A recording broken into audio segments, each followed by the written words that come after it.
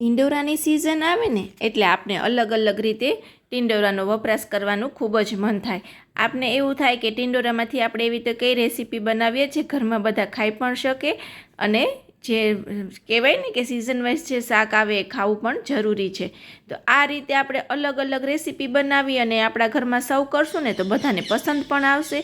અમુક રેસીપી એવી હોય છે જે આપણે પોતે લોન્ચ કરેલી હોય છે અને અમુક રેસીપી એવી હોય છે જે આપણે પારંપરિક એટલે કે જે આપણા ગવઢિયા બનાવતા ને એ રીતની રેસીપી જે વર્ષોથી આપણા વારસાગતમાં ચાલતી આવતી હોય છે.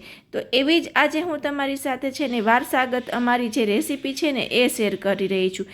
ડુંબા ટિંડોરાનો સંભારો બનાવશું. એના માટે ટિંડોરા, લસણ, નમક, રૂટીનના મસાલા, તેલ અને ખૂબ જ બેઝિક મસાલામાંથી આ એવો સરસ ટેસ્ટી એવો સંભારો બનીને રેડી થાય છે.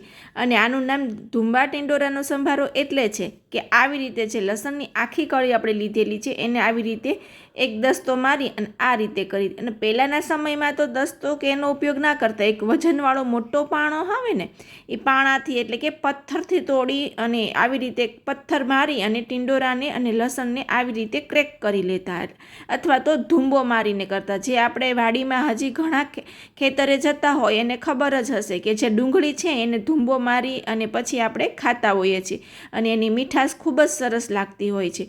તો એવી રીતે અહીંયા આપણે લસણ અને ટિંડોરાને બેયને ધૂંબો મારી અને રેડી કરી લેવાનું છે. હવે આપણે એક કડાઈમાં તેલ ગરમ કરવા મૂકશું. તેલ સરસ ગરમ થઈ જાય એટલે એમાં આપણે આખું જીરું અને હિંગ એડ કરવાનું છે.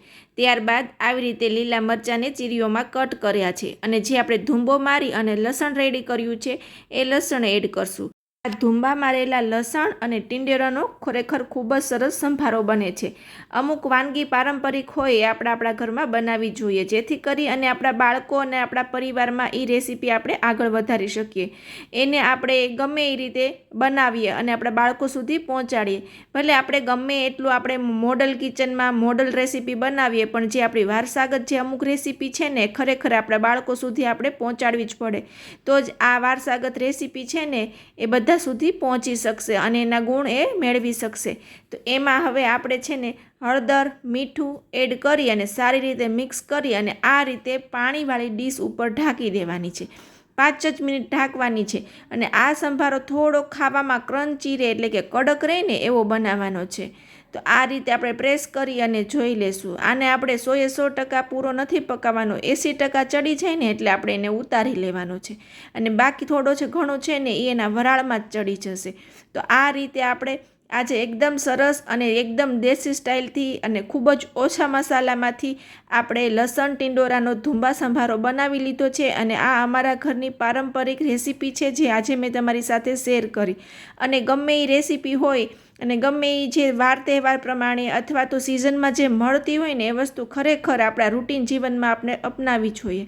એનાથી આપણા ઘરમાં તંદુરસ્તી રહે, બાળકો પણ અલગ અલગ વેરાયટી ચાખશે, જોશે અને એને પણ બનાવવાની પ્રેરણા મળશે. તો આવીને આવી રીતે તમે અલગ અલગ રેસીપી બનાવતા રહો અને તમે ટિંડોરાનો સંભારો કઈ રીતે બનાવો છો અને એ પણ મારી સાથે શેર કરો. અને આ સંભારો પણ ચોક્કસથી તમે એકવાર ટ્રાય કરજો અને મને કોમેન્ટ કરજો કેમ કે તમારા કોમેન્ટથી મને ઘણી બધી રેસીપી બનાવવાની પ્રેરણા મળે છે અને આગળ વધવાની પ્રેરણા મળે છે. મળશું નવા વિડીયો સાથે. આવજો.